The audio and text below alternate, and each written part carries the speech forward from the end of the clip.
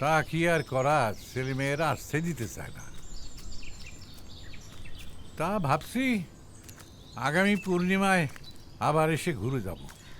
তোমারে আমি যেসব কথা বলেছি তা অক্ষরে অক্ষরে পালন করে চলবে। কর্তাবাবু, আপনি হচ্ছেন আমার মালিক। আমি আপনার কথা মানব না তো আর কার কথা মানব? আপনি আমাকে যা যা নির্দেশ দিয়ে যাবেন আমি তা একবারে অক্ষরে অক্ষরে পালন করব। তোমারে তো বলেছি এই গায়ের মানুষ সবাই আমাদের শত্রু। তারা আমাদের বাড়ি ঘর জমি জমা সব দখল করে নিতে চায়। কর্তাবাবু, সবাই আপনার সর্বনাশ কৃষির জন্য করতে চায়। সবার সাথে আপনার কৃষির শত্রুতা। এই যে তুমি একটা বোকার মতো কথা বললে। আরে তোমার তো বলেছি সবাই আমার বাড়ি জমি জমা দখল করতে চায়। ওরা চায় আমি যেন চিরতরে এই গ্রাম থেকে চলে যাই, কখনোই এই গ্রামে না আসি। এবার বুঝতে পেরেছো? ঠিক ঠিক আপনি ঠিকই বলেছেন কর্তাবাবু। আপনি কোনো চিন্তা করবেন না কর্তাবাবু, আমি একা একাই থাকবো, কারোর সঙ্গে মেশবো না। খাবো দাবো ঘুমাবো আর বাড়ি পাহারা দেবো। আরেকটা কথা মনে রেখো, কোনো মেয়ে মানুষের পাল্লায় যেন না পড়ো। তুমি যুবক মানুষ, দেখতেও তুমি সুন্দর। মেয়ে মানুষরা তোমার প্রতি আকৃষ্ট হবে, তাদের তুমি মোটে পাত্তা দিবা না, বুঝেছো? সে কথা আপনার আর বলতে হবে না কর্তাবাবু। মেয়ে মানুষের প্রতি আমার আগের থেকে একটু আকর্ষণ কম।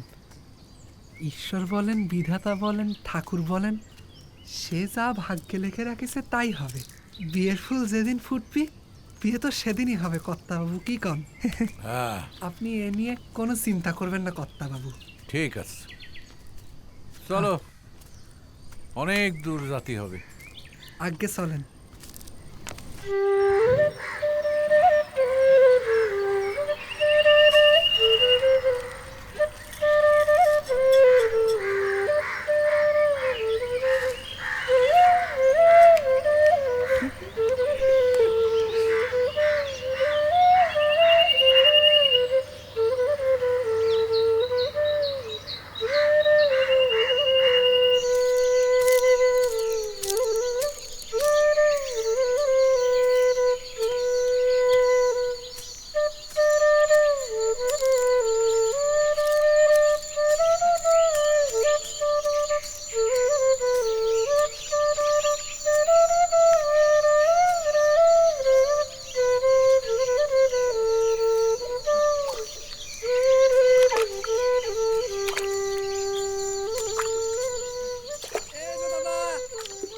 দাদা একটু দাঁড়ান।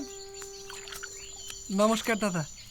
বলছিলাম আপনাদের এলাকায় আশেপাশে দোকানপাট করার কোনো জায়গা নেই? এসে কতক্ষণ ধরে হাঁটতেছি তো হাঁটতেছি, না কোনো দোকানপাটের দেখা পেলাম না কোনো বাড়ি ঘরে। তোমার তো ঠিক চিনতেই পারলাম না, বাড়ি কোথায়? বাড়ি সে মেলা দূরে দাদা। আমি গতকালকে আপনাদের গ্রামে আসিছি। ওই যে পরাশর চক্রবর্তী, আমি তার বাড়িতে একটা চাকরি নিয়ে আসিছি, বাড়ি পাহারা দেওয়ার চাকরি। পরাশর চক্রবর্তী মানে পরাশর খুড়ো, তার বাড়িতে তুমি নতুন চাকরি নিয়েছো? আজ্ঞে। মানে বাড়ি পাহারা দেওয়ার, এই তো? আজ্ঞে, হ্যাঁ। আমি একটা জিনিস কিছুতেই বুঝতে পারি না, বারবার কিসের জন্য এই লোকটা এই অপকর্মটা করতেছে। কতদিন বাদে বাদে তোমার মতো একটা যুবক ছেলে নিয়ে এসে এই বাড়ি পাহারা চাকরি দিচ্ছে, তার কিছুদিন বাদে সেই ছেলেটা হয় মরে যাচ্ছে আর না হলে পাগল হয়ে যাচ্ছে। শোনো বাবা, তোমাকে একটা কথা বলি, যদি বাঁচতে চাও এখনই পলাও। ওই বাড়িটা কিন্তু স্বাভাবিক বাড়ি না, ভূতির বাড়ি। ওখানে থাকলে হয় তুমি মরে যাবা আর না হলে পাগল হয়ে যাবা, মেন্টাল। সবাই আমার বাড়ি জমি জমা দখল করতে চায়। ওরা চায় আমি যেন চিরতরে এই গ্রাম থেকে চলে যাই, কখনোই এই গ্রামে না আসি। এবার বুঝতে পেরেছো? ভূতি প্রেতে আমার কোনো বিশ্বাস নেই দাদা, আপনি আমাকে নিয়ে ভয় পাবেন না। এখন যদি আপনি আমাকে দয়া করে বলে দেন আশেপাশের দোকানঘাট কনে পাবো, তাহলে খুব উপকৃত হতাম।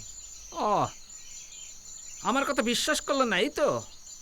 শোনো বাপু, আমি শিক্ষক, ছাত্র পড়াই, আমি তোমাকে মিথ্যা কথা বলতে যাবো কিসের জন্য? শোনো, এই যে পরাশর খুড়ো, তার ছেলে, ছেলের বউ, নাতি নাতনি কখনো কি এ বাড়িতে এসেছে, থেকেছে? থাকেনি। আরে থাকবি কেমন করে? এটা তো স্বাভাবিক কোনো বাড়ি না, এটা ভূতির বাড়ি। তালি মাস্টার মশাই, আপনি বলতে চাচ্ছেন আপনাদের গ্রামে কোনো দোকানপাট সদাই পাতি করার জায়গা নেই, তাই তো? জাগা নেই সে কথা আমি তোমাকে বলেছি, একবারও বলেছি? অবশ্যই আছে। চলে যাও, এই রাস্তা ধরে চলে যাও 2 ক্রস, গেলি পরে একটা তেঁতুলতলা, সেখানে 2খানি দোকান আছে, সদাইপাতি করে নিয়ে আসো। ভালো কথা বললাম তো, মনে ধরল না, বুঝতে পারবা। আপনাকে অশেষ ধন্যবাদ মাস্টার মশাই। আমি এ বাড়িতে কয়েকদিন থাকবো, আপনি আসবেন, বসবেন, খাবেন, দাবেন, আপনার নেমন্তন্ন রইল। আমি ভূতির নেমন্তন্ন খাতে যাচ্ছি, বাজি ছেলে, বুঝতে পারবা। ধন্যবাদ মাস্টার যাও। মশাই। সব তো সব।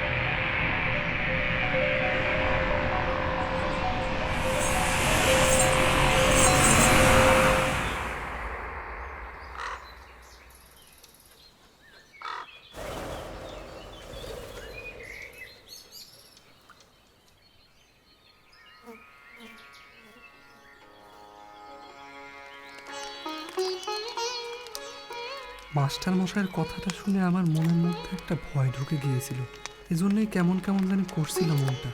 পরাশর খুড়ো যে কথা বলে গেছে সেটাই সত্যি। এখানকার লোকজন চায় না এই বাড়িতে কেউ একজন থাকুক, বাড়িটা পাহারা দিক।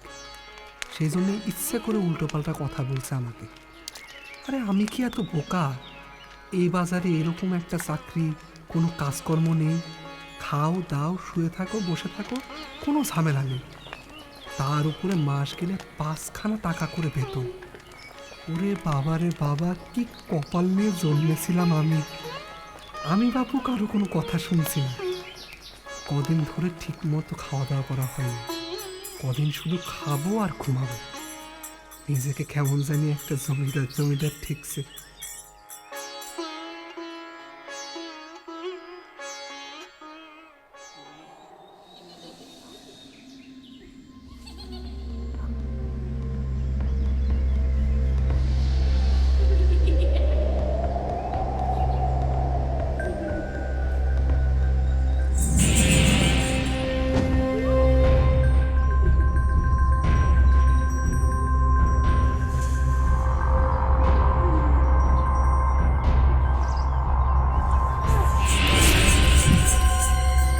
এই কিরা ওখানে? কিরা?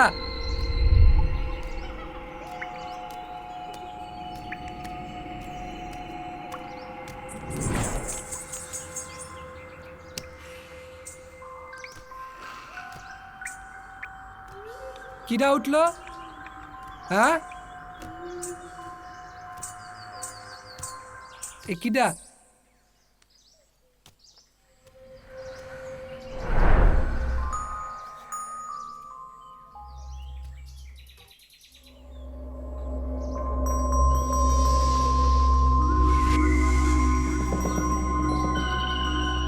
মা